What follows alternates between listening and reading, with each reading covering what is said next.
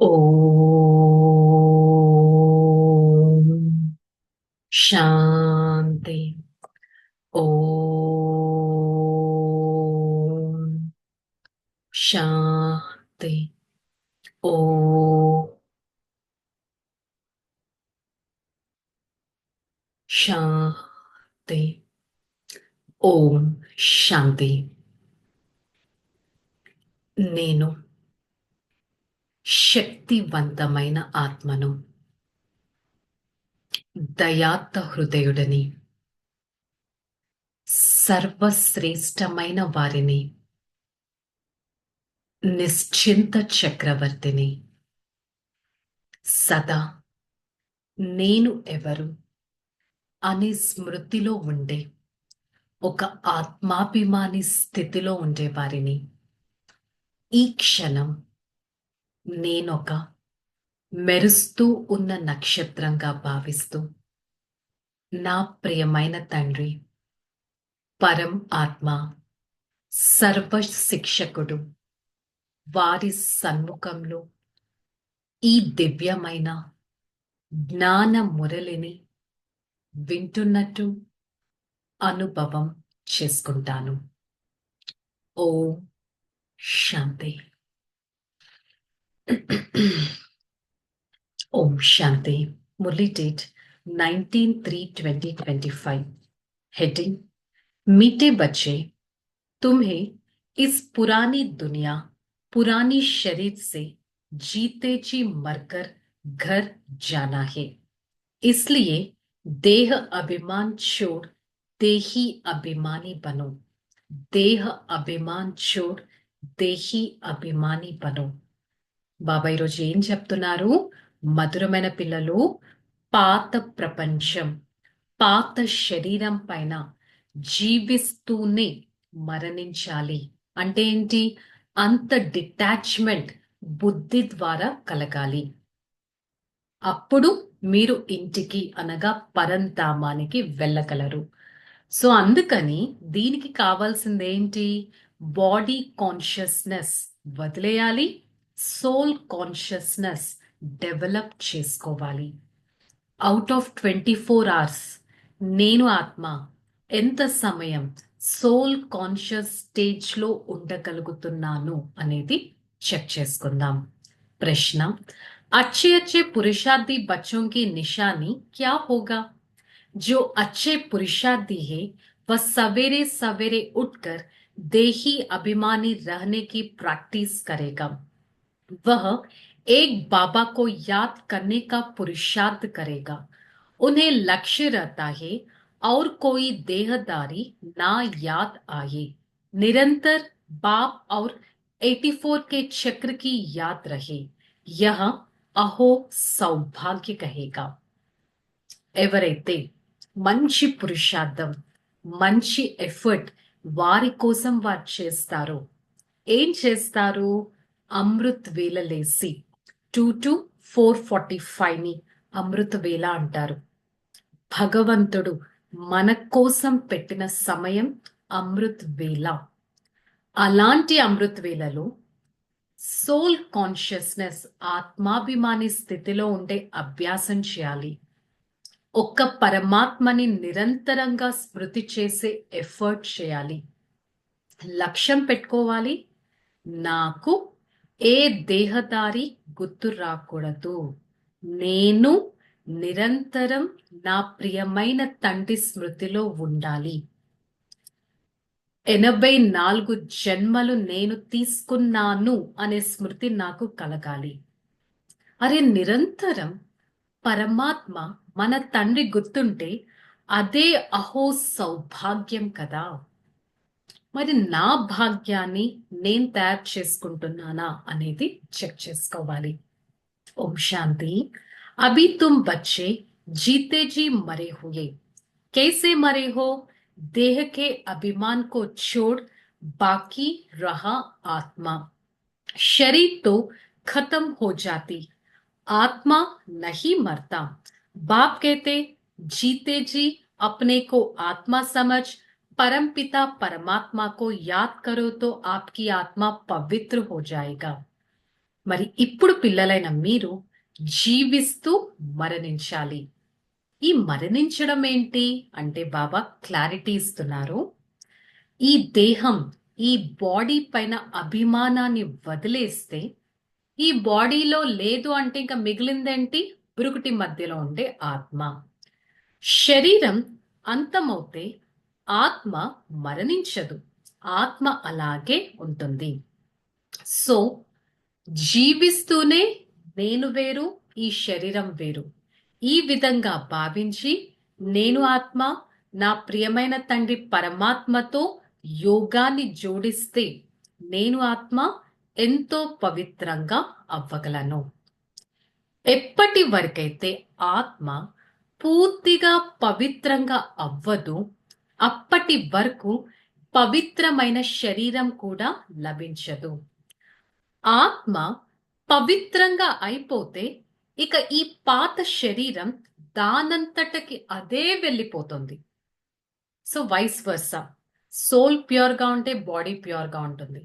By example soul pure గా అయిందంటే ఈ బాడీ ఉండను కూడా ఉండదు, దీంట్లో నుంచి ఆత్మ బయటకి వచ్చేస్తుంది. ఎగ్జాంపుల్, ఏ విధంగా సర్పం యొక్క కులసము దానంతట అదే వదిలిపోతుంది, దాని నుండి మమకారం తొలగిపోతుంది, పైన చర్మం పాతది పోతుంది, నాకు కొత్త కుబుసం లభిస్తుంది అని దానికి తెలుసు. ప్రతి జీవికి తమ తమ బుద్ధి ఉంటుంది కదా. మనము జీవిస్తూ ఈ పాత ప్రపంచం నుండి, పాత శరీరం నుండి ఇక మరణించాలి అనేది ఇక్కడ రికార్డ్ చేసుకోవాలి. ఇప్పుడు పిల్లలైన మీరు అర్థం చేసుకుంటున్నారు. మరి తర్వాత ఆత్మలైన మీరు కూడా శరీరాన్ని వదిలి ఎక్కడికి వెళ్తారు? ఎక్కడికి వెళ్తాం? ఈ పాత శరీరం వదిలి మనం పరంధామం, మన ఇంటికి వెళ్తాం కదా. అందుకని పక్కాగా గుర్తు పెట్టుకోవాలి, నేను ఎవరు? నేను ఒక ఆత్మను, నేను శరీరాన్ని కాదు. బాబా మేము మీకు చెందిన వారము అనేది సదా గుర్తుండాలి. हे भगवान मैं आपका हूं और आप मेरा है.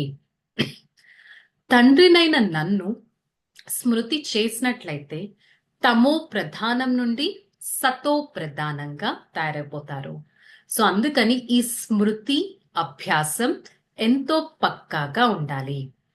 బాబా మీరు వస్తే మేము మీ వారిగా అవుతామని ఆత్మ ఉంటుంది. ఇక్కడ ఆత్మ ఎవరు?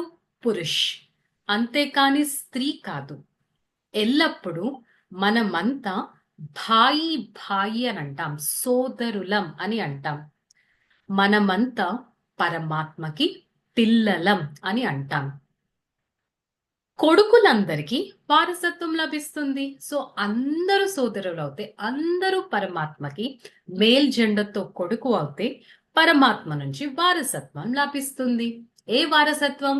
శాంతి, ప్రేమ, సుఖం, ఆనందం, శక్తులు, గుణాలు, కొత్త ప్రపంచంలో ఉన్నతమైన పదవి తీసుకునే వారసత్వం. ఎగ్జాంపుల్, ఒకవేళ స్వయాన్ని కూతురుగా భావిస్తే వారసత్వం ఎలా లభిస్తుంది? అందుకనే జస్ట్ క్లారిటీ కోసం ఆత్మలందరూ పరస్పరం సోదరులు. ఆత్మిక పిల్లలు నన్ను స్మృతి చేయండి అని బాబా అందరికీ చెప్తారు. ఇవి చాలా అర్థం చేసుకోవాల్సిన సూక్ష్మమైన విషయాలు. ఇంత చెప్పినా పిల్లలకి స్మృతి నిలవటం లేదు.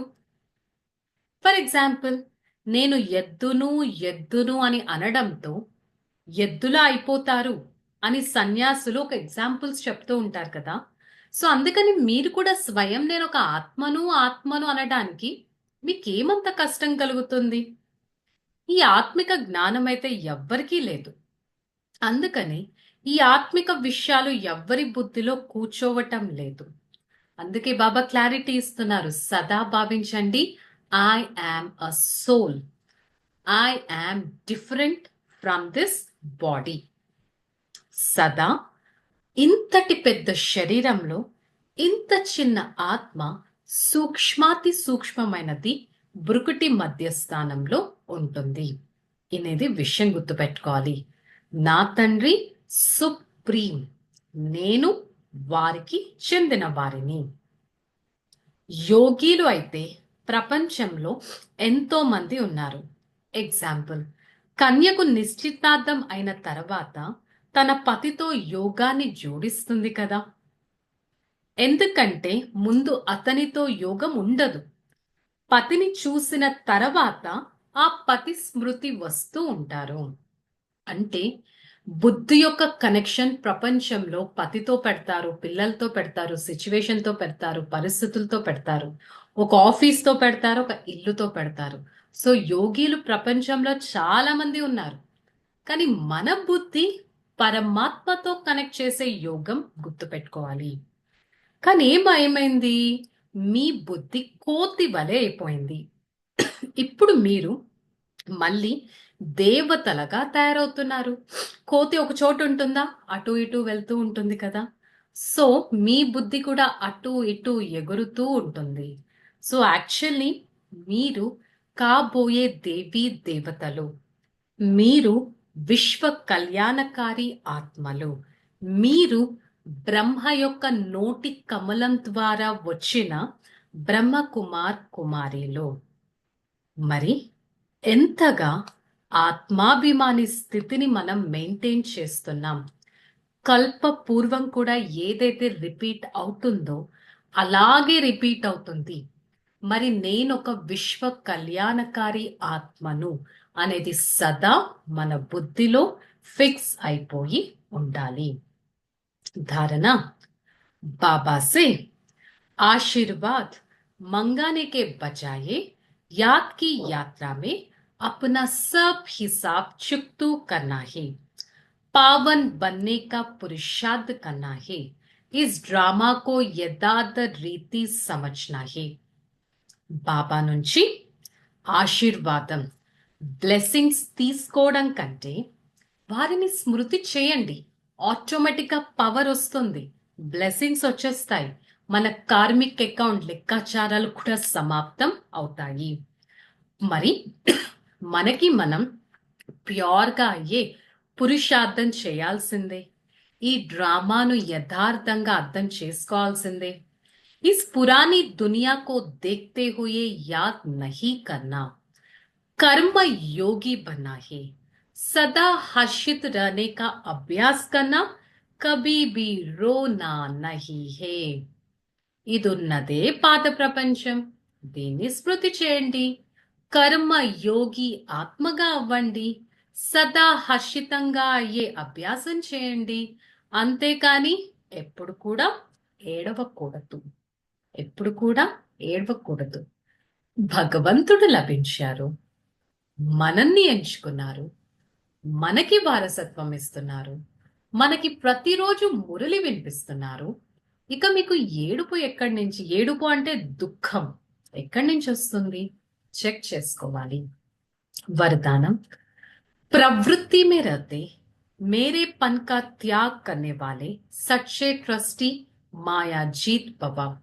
जैसे गंदगी में कीड़े पैदा होते हैं, वैसे जब मेरेपन आता है तो माया का जन्म होता है. माया जीत बनने का सहज तरीका है स्वयं को सदा ट्रस्टी बनो. ब्रह्म कुमारी माना ट्रस्टी. ट्रस्टी को किसी में भी अटैचमेंट नहीं होता है, क्योंकि उसमें मेरेपन नहीं होता है. गृहस्थी समझा तो माया आएगा और ट्रस्टी समझेगा तो माया भाग जाएगा. మన ఫ్యామిలీలో ఉంటూ రెస్పాన్సిబిలిటీస్ నిభాయిస్తూ నాది అనే దాన్ని త్యాగం చేయండి. నాదిని మానేసి నేను ఒక ట్రస్టీని అని భావించి మాయాజీతులుగా అవ్వండి. ఎగ్జాంపుల్, ఎక్కడైతే మురికి ఉంటుందో అక్కడ కీటకాలు జన్మ తీసుకుంటాయి. సో అలాగే ఎక్కడైతే నాది, నేను, నా వారు అనే బాడీ కాన్షియస్నెస్ వస్తుందో మాయా అనే కీటకం జన్మిస్తుంది. మాయా అంటే నెగటివిటీ. సో సదా భావించాలి ట్రస్టీ. నేను ఇక్కడ ఉన్నాను ఒక సర్వీస్ కోసం, నా ఫ్యామిలీ మెంబర్స్ కి సర్వీస్ చేస్తున్నాను. నేను కుకింగ్ చేస్తున్నా కూడా నేను కుకింగ్ చేస్తున్నాను కాదు, నేను ఒక ట్రస్టీగా అయి నా ఫ్యామిలీ మెంబర్స్ సేవతో నేను కుకింగ్ చేస్తున్నాను. ట్రస్టీగా భావిస్తే అటాచ్మెంట్ రాదు, గృహస్థిగా భావిస్తే సో కాల్డ్ అటాచ్మెంట్స్ ఎన్నో వచ్చేస్తాయి. సో ట్రస్టీగా భావిస్తే మాయ మీలో నుంచి పారిపోతుంది, గృహస్థిగా ఉంటే మాయ మీ దగ్గరే ఉంటుంది. అందుకని ట్రస్టీ అని భావించి మాయా ప్రూఫ్ గా అవ్వాలి. స్లోగన్, జహా అభిమాన్ హోతే హే వా అపమాన్ కా ఫీలింగ్ జరూర్ ఆతా హే. ఎక్కడైతే అభిమానం ఉంటుందో అక్కడ అవమానం అనే ఫీలింగ్ తప్పక వస్తుంది. మరి ఆ అభిమానం పెట్టుకోవడం ఎందుకు? స్వయాన్ని చెక్ చేసుకుందాం. సో ఈ రోజు ముల యొక్క స్వమానం, మై హర్షిత్ ఆత్మా హూ. నేను ఆత్మ, సదా హర్షితంగా ఉంటాను, డ్రామా పైన నిశ్చయం పెట్టుకుంటాను, నథింగ్ న్యూ పాఠాన్ని పక్కా చేసుకుంటాను, ఎప్పుడు కూడా ఏడవను. ఓకే, చలో రిలాక్స్. ఓం శాంతి. నేను హర్షితమైన ఆత్మను, సదా చిరునవ్వు నా ముఖంలో మెరుస్తూ ఉంటుంది. ఎంతో చిరునవ్వుతో ఆత్మిక సేవను చేసే వారిని, నేను ఆత్మ నిశ్చింత చక్రవర్తిని, పరమాత్మ స్మృతిలో ఉంటూ ఆత్మాభిమాని స్థితిలో ఉంటూ విజయీ తిలకాన్ని పెట్టుకుంటాను. ఒక్క క్షణం నా హర్షితమైన ముఖాన్ని ప్రతి ఒక్కరికి ప్రత్యక్షం చేస్తాను. నా ముఖము ద్వారా ఎంతో సేవ జరుగుతుంది. నా ముఖ వర్చస్సు ద్వారా ఎంతో శాంతిని పొందుతారు. నా ముఖ వర్చస్సు ప్రతి ఒక్కరికి ఆశీర్వాదాన్ని ఇస్తుంది. నా ముఖ వర్చస్సు నా తండ్రిని ప్రత్యక్షం చేస్తుంది. నేను ఆత్మ నిరంతర యోగ అభ్యాసం చేస్తూ నిశ్చింత చక్రవర్తి జీవితంలో ఉంటూ సదా ఆత్మాభిమాని స్థితిలో ఉంటాను. నా జీవితం పరమాత్మ సేవ కోసం ఉంది. నా జీవితం ఆధ్యాత్మికత మార్గంలో ఉంది. సదా నా సేవాదారి జీవితాన్ని గుర్తుపెట్టుకుంటాను. I, the soul, a detached being, I am a trustee who takes care of this body. I am the sparkling star in the middle of this forehead. I am the one for godly service. I am the owner of this body. I am different from this body. I always try to experience the complete detachment from this world, from these physical beings. For the next few seconds, I try to maintain my own cheerful face. My face brings the world together. My face does a godly service. My cheerful face brings the happiness in others' life. My cheerful face shows a true path to every other soul. I try to be in the God's service, maintain the cheerfulness of my face, and take the advantage of the God's service. I am a lucky soul who always control my own sense organs and connect close to my Father. Hey, Father, thank you so much for showing me the path of service. I always try to represent the God's true child and bless all the time. Om Shanti, Shanti, Shanti. I, the soul, experience the true power from the Supreme Father, spreads the God's power to every part of this body, and maintain a powerful and a detached stage, a stage connected close to my Father. Om Shanti, Shanti, Shanti.